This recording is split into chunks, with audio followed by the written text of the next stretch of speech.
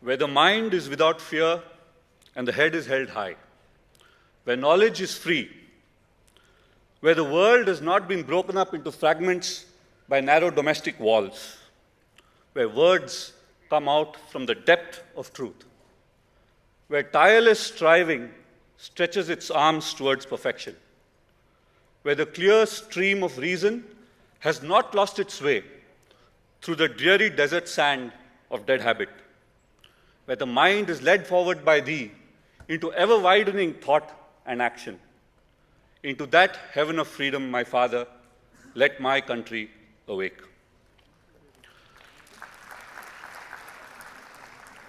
Rabindranath Tagore published these lines in English in the year 1912. In a collection titled Gitanjali, he was awarded the Nobel Prize for Literature the subsequent year. In actual fact, this poem was written in around 1901 in a Bengali volume called Naibedya, an offering. The title of this poem was a prayer. It was Tagore's prayer. Before we go into this poem and what it means, let's just look at the time and the circumstances and Tagore's frame of mind when he was writing this poem. By around 1901, Tagore was already in his second phase of political evolution. In the beginning, he was always skeptical about violence. He was always skeptical about militancy and stridency. But around 1901, he became very skeptical about the way nationalism was playing out in India. Especially, he was skeptical and he started opposing the negative elements of nationalism, that don't do this, don't do that. So he was more in favor of trying to come up with a self-development, constructive agenda. By around 1912, he had moved far away from the Congress nationalist leadership in Bengal. He was criticized a lot. And the poem, when he wrote it, is an expression of his patriotism, not his nationalism. Now, Tagore, to digress a little bit, Tagore and Gandhi had great disagreements. Tagore was against the boycott of foreign goods. He said, what is the point of destroying these cloth? What is the point of spinning your charkha? You know, it's not going to lead you to freedom. It's a negative agenda. Non-cooperation is a negative agenda. He was also against Gandhi's superstition because once there was a natural disaster in Bihar, Gandhi said it's the divine punishment for the caste system or something like that. And Tagore was very, very angry with Gandhi. Now, despite the disagreement, Gandhi and Tagore had a wonderful working relationship. They had deep fondness for each other. It's the kind of relationship we just wish that it existed in the present day, where you can deeply disagree with another person, but yet be on great personal terms and have great personal regard for each other. So Tagore was patriotic in the sense that he loved his country. He wanted freedom and development for its people. But he was very ambivalent about nationalism. And in 1920s and the 30s, he became a very vocal critic of nationalism, mainly because of what he was seeing happening in Europe. I quote Tagore, says, I am not against one nation in particular, but against the general idea of all nations. What is a nation? Tagore asks. He answers, the nation drains man's energy from his higher nature, where he is self-satisfying, self-sacrificing, and creative. Amazingly, for a person who was so critical about the idea of nations and nationalism, is the author of the national anthems of two countries, both created on the basis of national self-determination. Anyway, Where the Mind is Without Fear was written before Tagore's skepticism of nationalism became full-blown. In this, we see the prayer of a patriot seeking freedom and enlightenment for his people. This was in 1912. I'll bring you down to 2017, and I'll read out a few sentences from newspapers which have appeared in the recent months. Where the mind is without fear, Mr. Yashwant Sinha, who was here this morning, a former cabinet minister and one of the senior-most leaders of the BJP, wrote in a newspaper recently, "What I'm going to say reflects the sentiments of a large number of people in this party who are not speaking up out of fear." People took his economic criticism for debate, but nobody challenged the view that there are a large number of people in parliament, in government, who are in fear and not willing to speak out. Where the head is held high,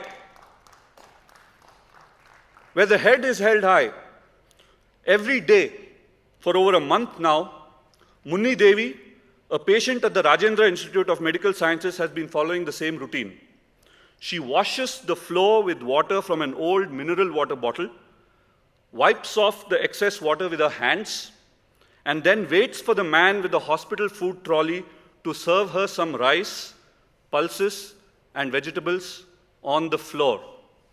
She eats straight off the floor, even as tens of patients, attendants, nurses, guards, and people walk around her.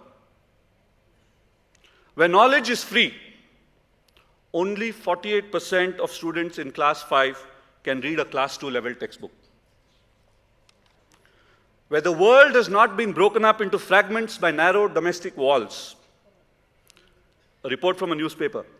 Informal rules and discrimination by Indian landlords keep out religious minorities and single people and are eroding the multicultural nature of India's cities and dividing communities into ghettos. Another report. A leading online matrimonial firm has over 300 separate websites based on caste, religion, language, and social status. There is even an elitematrimony.com. Amid growing dissatisfaction over alleged Hindi imposition, language activists in Bangalore said that they would launch an aggressive campaign to seek a constitutional amendment to ensure equality among all Indian languages. Another newspaper headline. Last week, the Gorkha Janmukti Morcha called off the indefinite Bandh in Darjeeling after 104 days, demanding their own separate state. Where words come from the depths of truth, from doctored photos and videos to false and incendiary claims about particular communities or religious groups, sensationalist predictions of natural calamities, death rumors, and bogus medical advice, fake news stories and memes are shared rampantly through WhatsApp, Twitter, and Facebook in India every day. There's even a Washington Post article on the same subject today. Where tireless striving stretches its arms towards perfection. A few months ago, Reshmi Dasgupta writes in the Times of India, over 30 years ago, when taking possession of a self-financing apartment constructed by the Delhi Development Authority, my mother pointed out that almost all the walls did not meet at right angles. It was not a fancy architectural feature, it was just plain substandard construction. But the DDA's officials' reaction to my mother's protest was memorable. These walls are not teda, madam. You just have an artistic eye that you're seeing it at an angle. Where the clear stream of reason has not lost its way into the dreary desert sand of dead habit. The Ministry of Ayush has released a series of health advisories recommending alternative medicines to be taken to prevent dengue and chikungunya infections, as well as others to be taken with the onset of symptoms such as fever and joint pains. But doctors have criticized this step, saying that the government is promoting self-medication of treatments that have no scientific basis. We discussed this gentleman earlier today. Recall the statement of a former Rajasthan High Court judge whose career ended on a rather embarrassing note when he declared that peacocks did not have sex, and what's worse, believed that this theory did not need any scientific proof as it was mentioned in a religious text. Where the mind is led forward by thee into ever-widening thought and action. The Rohingya crisis puts India between a rock and a hard place, a headline. An op-ed by Pavan Verma says, the Shankaracharya's commentary on the Vedanta Sutra has lengthy tracts where he invites objections and is willing to debate the validity of his point of view. This deliberative pillar of our civilization is being gradually asphyxiated after India became a democracy. Today, every point of view is articulated as a simplistic dictatorial assertion, as is amply illustrated in the ongoing debate on nationalism. Into that heaven of freedom, my Father, let my country awake. Into that heaven of freedom, my Father, let my country awake. Into that heaven of freedom, my Father, let my country awake. I've chosen these headlines from the English media to just prove some points. I do not intend to use this platform to point fingers at any individual institution, government, political party, or religious institution. You already know these stories. I'm just putting it forward to remind us how far the Republic of India has moved from the values of its greatest poet. How far we've moved from that vision of a heaven of freedom. 70 years after achieving political freedom, we might not be any closer to that heaven of freedom that Tagore visualized. In fact, we are no longer heading towards that heaven of freedom. We might just be one wrong turn away from the hell that some of our neighbors have already arrived at. I'm a public policy analyst by profession, which means I dole out advice to governments which they very happily ignore. We talk about paid parking, we need to charge for water, we need to have water sharing arrangements, we need to have strategic, credible minimum deterrence on nuclear weapons, a whole lot of advice which we dispense, which few governments want to listen to. My job is also to educate a lot of young people in public policy so that they can become public leaders. So I'm used to giving lectures. But I'm not going to give you a lecture today, at least not this audience. Instead, what I'm going to do is I'm going to share with you what I tell my children.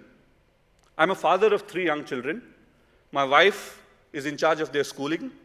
I am in charge of their education, or so I like to believe. So anyway, here's what I tell them. Okay.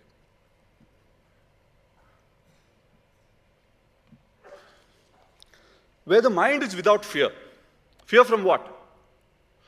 Fear from those who want to deprive us of our freedom to think, to speak, and to be individuals. Who wants to deprive us of our freedoms? It's an important question. Who? Who is this entity which wants to deprive us of our freedoms? At different times, it's different people. Foreign invaders, foreign rulers, the government, society at large, our local community, our employers, even our own families. Now, don't get me wrong. Civilization is constructed on the basis that we trade some of our freedoms for order. We heard Justice Chalameshwar speak in the morning about the rule of law. The entire idea of rule of law is constructed on a social contract where I give up some of my liberties, mostly my freedom to use violence, to the state. And the state guarantees a rule of law so that I don't have to be violent, I don't have to use strength to pursue my interests. So the rule of law is very important, and we surrender some of our freedoms to the state in order to enjoy the rule of law. This is a very important social contract that it's worth remembering. But having said that, we must zealously guard our freedoms. That's what I tell my children. We have to guard our freedoms. But why should our head be held high? Why should our head be held high? Because we possess dignity, not because of our identity. And many people have gotten this wrong. I'm proud because I'm an Indian. I was born in India. I didn't do anything to be proud of that. But I am proud because I'm an Indian, not because of my identity as an Indian, but because the Republic of India gives me dignity. It affirms the dignity that I have as a human being. And that is something which we should be proud of. We should be holding our heads high, not because we are proud of others' achievements, whether in the ancient past, whether in the present, and whether in our promised future, but because we possess the dignity of being free citizens of a free country. Freedom gives us the dignity that makes us all equals, where we do not have to be afraid of drawing water from a village well, where we do not have to be afraid to apply for a job, where we do not have to be afraid to walk into a fancy mall, merely because of the parents we chose to be born to. This is the good reason to be holding our head high, dignity, because we enjoy freedom and dignity, and not because we belong to some large group of people of a large group of human beings that we were just born into. So what do I tell my children? I tell my children that the Indian Republic affirms our liberty and enjoins us to safeguard it, that we should use constitutional methods in order to redress our grievances. Ambedkar warned us about the grammar of anarchy. On 25th November 1949, in his concluding speech to the Constituent Assembly, he said, both satyagraha and violent methods are beyond the pale now, because now we are a constitutional republic. Public protests, civil disobedience, and violence constitute the grammar of anarchy. The more we indulge in the grammar of anarchy, we tend to lose the republic that we've created for ourselves. I tell my daughters that they can be soldiers, pilots, engineers, or whatever they choose to be. I tell my son that he can be a great cook if he wants to be, like his father. I tell them that they can speak and write whatever they like. I support them when the outside system sometimes tells them otherwise. I tell them that we are second to none and better than none. Our success, wealth, and social status comes from what we make of it. I tell them that we should uphold our dignity and never do anything that affects and hurts the dignity of other people.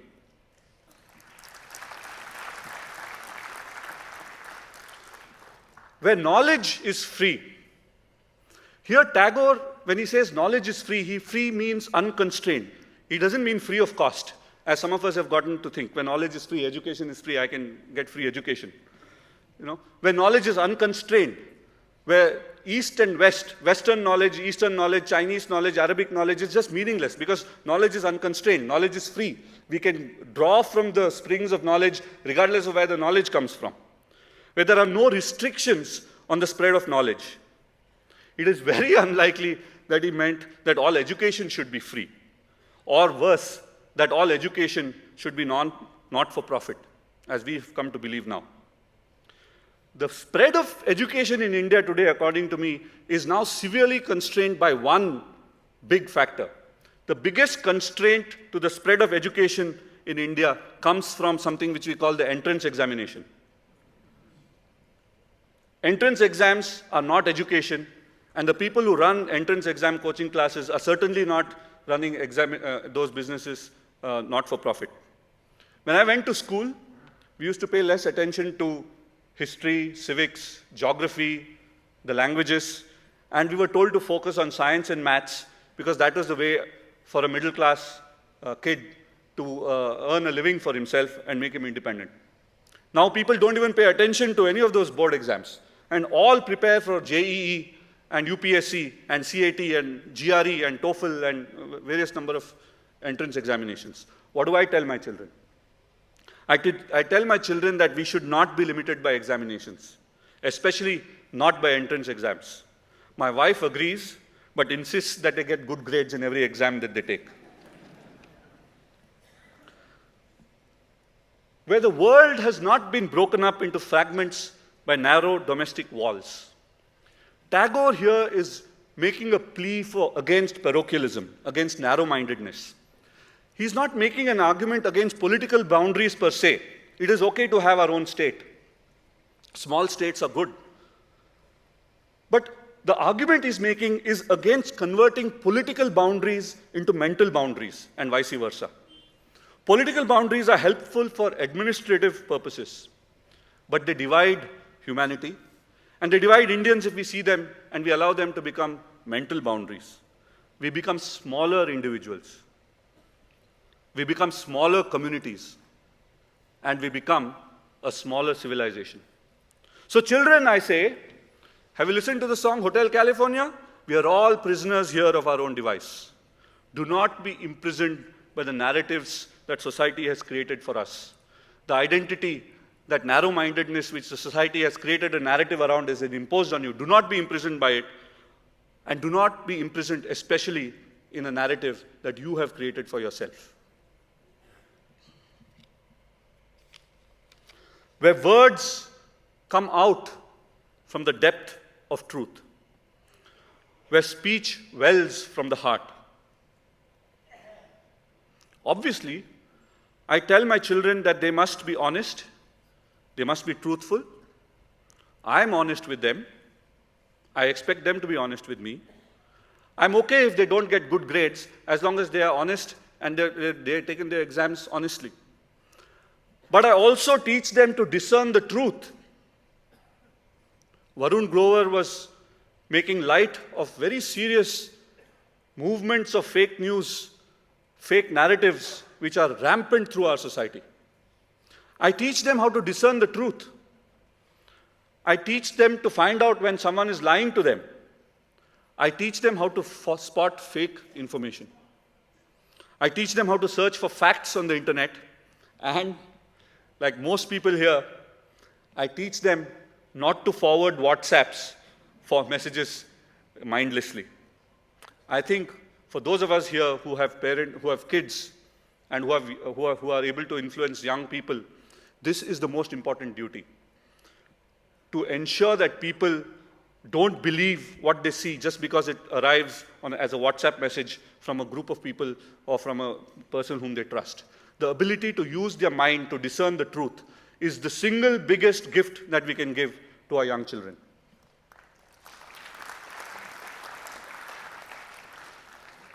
Where tireless striving stretches its arms towards perfection, it is not good enough to be good enough. We should stop celebrating Jugaad. We should just stop celebrating Jugaad. We must be against the Chalta Hai attitude. In India, we make hundreds of arguments against the quest for excellence. There is always an argument to say that, quest for excellence is not important, excellence is not important, here's something else. Many of these arguments are valid, they're legitimate, they are right, they are sensitive. But they create a state of affairs. A state of affairs that politicians are only too happy to encourage by rolling out quotas, imposing tariffs, giving subsidies, entitlements. A state of affairs that incumbent businessmen are only too happy to encourage by demanding protection against cheap foreign goods. Recently, somebody said we should, after the Doklam incident, somebody said we should ban Chinese goods or we should boycott Chinese goods. I said, look, this is if the Chinese government is unfairly subsidizing its exporters and creating really, really cheap phones, slippers, raincoats, umbrellas, building material, and subsidizing the Indian people, it's wonderful. We should thank them. Because for us in this room, the price point of Chinese goods is a matter of saying it's a cheap, shoddy quality Chinese good. But for a person who's poor and whose disposable income is small, every rupee saved is a rupee earned. And it's one of the effect on the poor of very affordable goods is just amazing. So if China wants to help us pull our poor people out of poverty, we should thank them. We should not be banning them. Of course, it's another story that we shouldn't be buying other kinds of equipment which might be a source of national security, threats to national security and so forth. But we should not be in this mindset that we should ban foreign goods because they are cheap, they are low quality, or because they are being dumped on us and so forth. Because remember, we have 300 million people who are absolutely poor. And every 1% economic growth, every 1% increase in GDP growth pulls 2 million people out of absolute poverty. So growth, generating consumer surplus is in the supreme national interest. So we should not be snookered into believing these very clever constructions of protectionism. A state of affairs where people can invoke nationalism to accept lower quality goods. Oh, no, it's okay, let's use these low quality goods just because they're made within our borders. Would you trust a surgeon to use a lower quality surgical implant just because it's Swadeshi? Or would you want to get the best surgical implant for the money? It is true that we cannot succeed if we remain a nation of shoddy quality products and a poor work ethic. So I tell my children that you must get on this quest for excellence. My wife encourages the children to work hard. She gives them schedules, she gives them timetables, she asks them to keep to a timetable and work 4 hours a day, work really hard. But I just teach my children a few simple principles. Be punctual, which is just fantastic to see Manthan Samvad follow this simple rule. In Takshashila, we are fanatical about punctuality. We are not fanatical about anything else. We are fanatical about punctuality. I have taught a class where there are 200 seats and there's just one student and I've started on time. So be punctual. Be precise. Use the right tool for the right purpose. And this is something which we as Indians have to get used to. Use the right tool for the right purpose. You know, you can't create a world-class product, you can't create a great product just by using your hands. You need tools, and you need the right kind of tool. You can't use a normal screwdriver to use a Phillips screw. You know, you need to get the right kind of... You cannot be excellent if you don't use the right tool for the right purpose. Aim to do the best job, whatever the job given to you. As a father of young children, I've seen this problem when I ask them to clear tables. You know, after dinner, I ask them to clear the tables. And then, you know, they sort of try to escape from this chore which they don't want to do. They do perfunctory, so they just take the glass, but not the spoon and not other things. And if something is particularly, you know, the plate is not very clean, they don't want to touch it. So make that a teaching moment. I lose my cool sometimes, and I ensure that I tell them that, look, you have to do a best job. Even if the job given to you is to clean the table, you should be able to do this. It is surprising how many kids and families in our cohort, middle-class families, don't teach this to their children. It looks very simplistic, but the simple fact that you have to do the best job, whatever the job given to you, is a learning which children can take to life and help us achieve the larger objectives which the poet had set for us.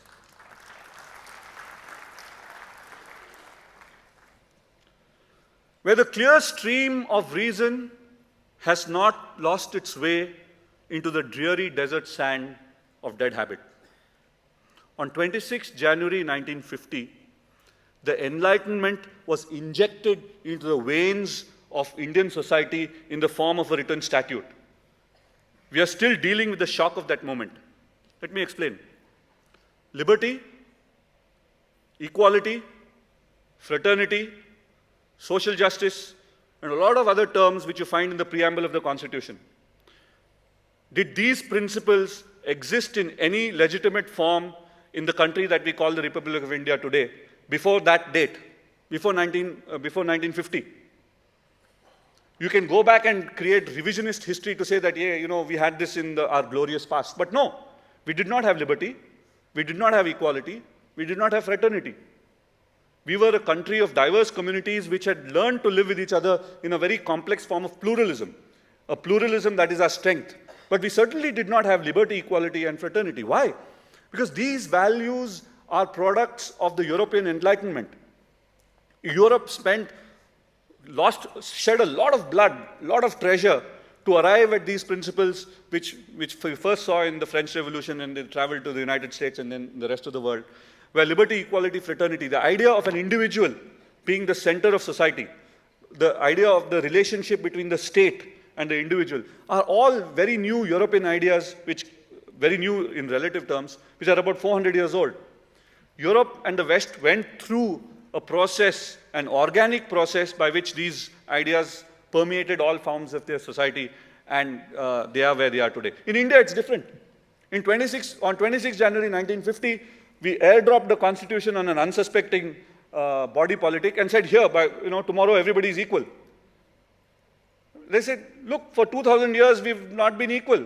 I can't recognize that other person as an equal. I can't drink the same glass of water. I can't share a table with him. I can't drink the same water from the same well. I can't let him be educated. He's not in a community which needs to be educated. So this was a society in which we plonked this enlightenment, and we're still dealing with the consequences. So the nation in making is a term which I learned today. But I think we are also a republic in making. So the Constitution can uphold these high principles. The Supreme Court can uphold these high principles. But whether or not reason prevails, the question on scientific temper which was asked today, whether or not reason prevails depends on us, on individuals, on communities and societies. It's a democracy.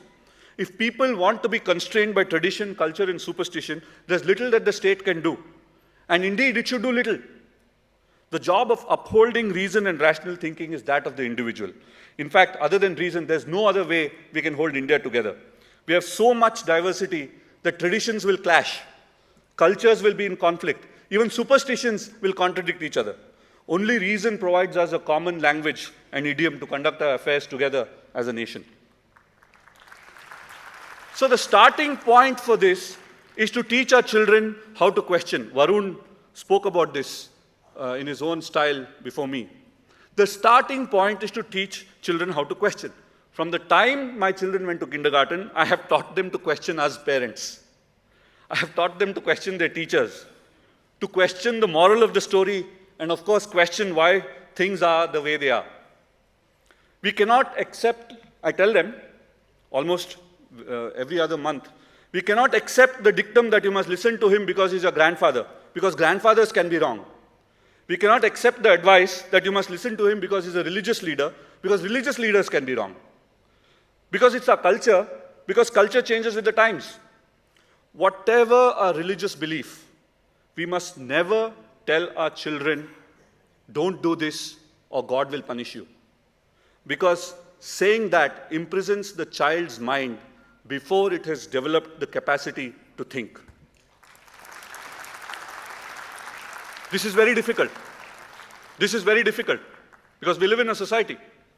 Family members, neighbors, teachers do not often take kindly to being questioned. They also sometimes cannot give proper answers, as my kids find out very often, which makes these people even more upset. They get upset at your child, they get upset at you, but you'll have to hold the ground. I support my children at such times. I teach them to question without being rude. I teach them to question without being disrespectful. I teach them to question without appearing arrogant. And I teach them to accept that sometimes people will just be upset with you. Where the mind is led forward by thee into ever-widening thought and action, we can be much bigger than our current situation suggests. We are much bigger than our current situation suggests. India was poor when it gave shelter to Tibetan refugees. India was poor when we went to war with Pakistan to prevent a genocide. India was poor when we protected democracy in the Maldives and protected the lives and the livelihoods of Tamils in Sri Lanka. India was not rich. India was not rich when we conducted our first and second nuclear tests. India is much bigger than what the popular narrative suggests. We complain about bullet trains, saying that we don't need them. But India was poor when we invested in building aircrafts, rockets, satellites, and nuclear reactors. We complain about Western culture and education. But many Indians are at the forefront of culture and science in Europe and United States. When Tagore said knowledge is free, he really meant that these boundaries of East and West do not apply as far as knowledge is concerned. We are the world's largest English-speaking country. If there can be an American English, if there can be an Australian English, why can't there be an Indian English? English is an Indian language. It's the language I'm communicating with you. So I tell my children to be open-minded, to be broad-minded, do not be mean, be generous, be gracious, have empathy. Have empathy. And do not reject ideas just because they come to us from an unfamiliar direction. Into that heaven of freedom, my Father, let my country awake. Who is the Father who will take us there? In the original Bengali, Tagore invokes the Father, says, with pitiless blows, lead me to this heaven of freedom. With pitiless blows. Who is this Father? Tagore was a Brahmo. He might have imagined an abstract, supernatural Brahman who will guide us there. But we cannot rely on there being a supernatural Father. The real Bharat Bhagya Vidata is us, Janata Janardhan. And Yata Praja, Tatha Raja. Yata Praja, Tatha Raja. That politician is one of us, that judge is one of us, that policeman is one of us, that general is one of us, that social activist is one of us, that person who does not queue is one of us, the person who breaks the traffic rules is one of us. We are all cut from the same cloth. To expect a supernatural Father to help us would be to abdicate our responsibility. It's our responsibility. Thank you very much, Nitin. And would you like to take some questions now from the audience? When you said that, how do you complain about? I'm a social science student. I'm just 19 years old, so I'm basically probably your son only. So how do you how do you not question when a multinational company who is giving cheap goods to the country, and you're saying that that sort of will uplift the poor out of their misery, the 300 million that we're talking about, when in reality, the particular neoliberal globalization that you seem to, propagate in that particular line is one of the very factors that put those poor people in there in the first place. Thanks. Well, if my wife knew that I have a 19-year-old son in Hyderabad, I hope this is not being recorded. Well, for the record, I don't have a 19-year-old son in Hyderabad. It was just, this was just not literal. It was metaphorical. Yeah, thanks for asking that question. You know, this is exactly what you have to do. And this is, you'll be surprised that there are so many educational institutions where you would have been said, sit down, don't ask. Or somebody would have told you, you know, these are dignitaries who have come from somewhere. You're not supposed to ask these kind of questions which contradict what they're saying. What you've asked is a really good question. There is a long answer to this. You can take a Takshashila course and you'll get an answer. The short answer to that is every rupee saved goes into something called a consumer surplus. And the savings of people, whether they're poor or they're rich, adds up into something called savings. Part of the savings becomes investment. Investment fuels growth. And that's how you generate growth, and every percentage point of growth, you get more and more people coming out of poverty. Economic growth is the only known magic bullet known to human beings that can lift people out of poverty. And savings and generating consumer surplus is one of the best ways to, one of the components of generating economic growth. Hi, my name is Aditi. To follow up on that, do you think then on some level growth, economic growth leads to the development of people? Because I think those are two very fundamentally different concepts. Also, now coming to my question, you attempted to differentiate between education and schooling of your children, right?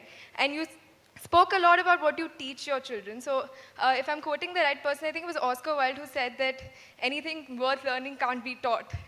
So what are your thoughts on that?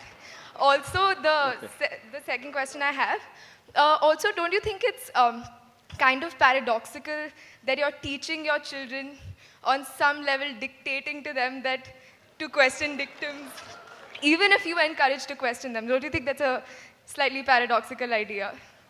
Well, if they were here, they would have clapped when you said that. But let me take these things. You know, first thing, what I've learned over the last 20 years or so is that ignorance is always confident and arrogant. Knowledge is very humble. So one of the things which has happened to me is that over a period of last 20 years, I've become humbler. You know, I used to be extremely arrogant, knowing, you know, after studying Economics 101, you become very, very arrogant. You know everything. If you're an electrical engineer like me, you know everything. And you become very arrogant. But over a period of time, I've become more humble.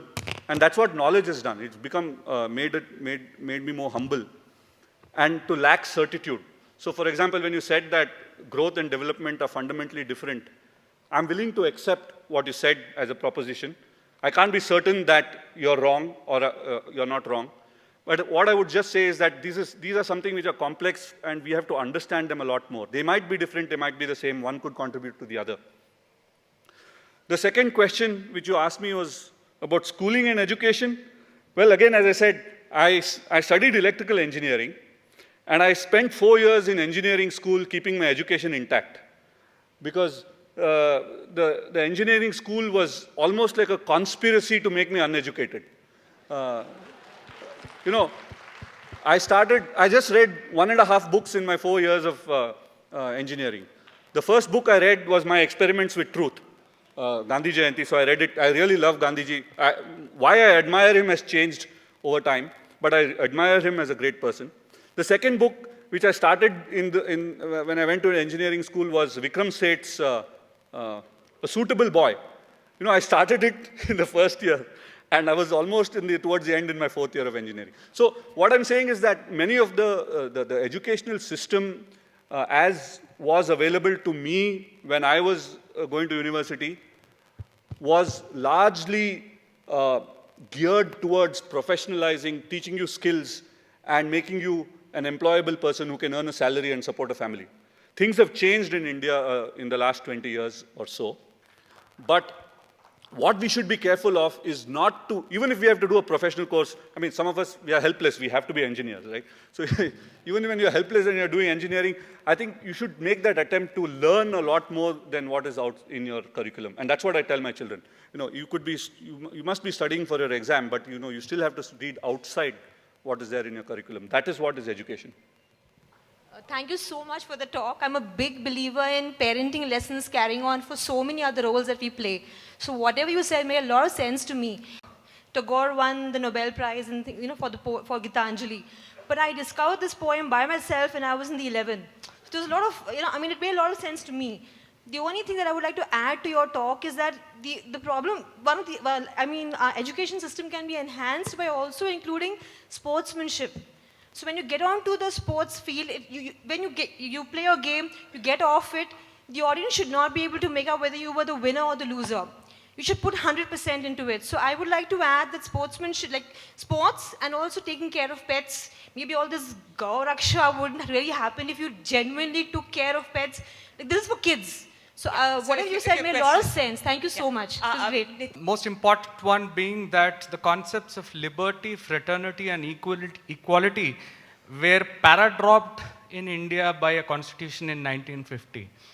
The question that I had is, the concepts of Vasudhaiv Kutumbakam, that not only you, your community, but the world is your fraternity. Is that not fraternity? And secondly, the concept of liberty. We were a country which has been brought up on debate and on questioning things, to an extent where perhaps we were the only culture and country which even made us question God and told every individual that you yourself can be God. Is there any liberty more greater than this? So with concepts of liberty and fraternity as deep as these running in the civilization of India, how can you make a statement that these have been para-dropped by an alien constitution in 1950? That's my question. Thank you. I must really thank you for talking about sports and pets. I should have put them in this somewhere, and it just slipped my mind. But yes, sports and pets are extremely important. I think you raise a more substantial question.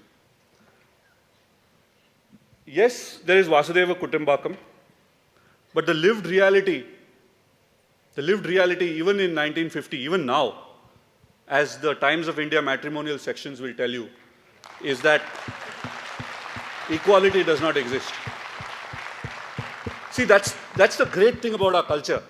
That's the great thing about our culture. We can actually go back into our culture, our religious traditions, our philosophy, and pull out the good elements and show that this is actually sanctioned by culture.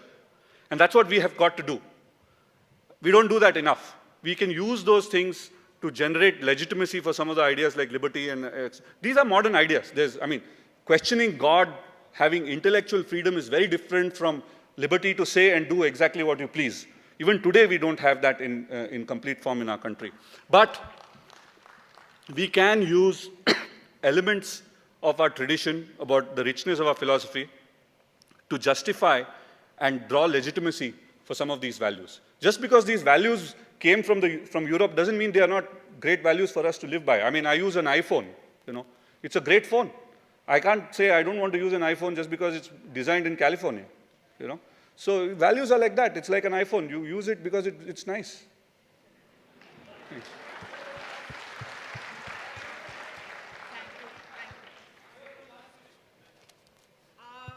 We won't have time for tea. Quickly. Okay.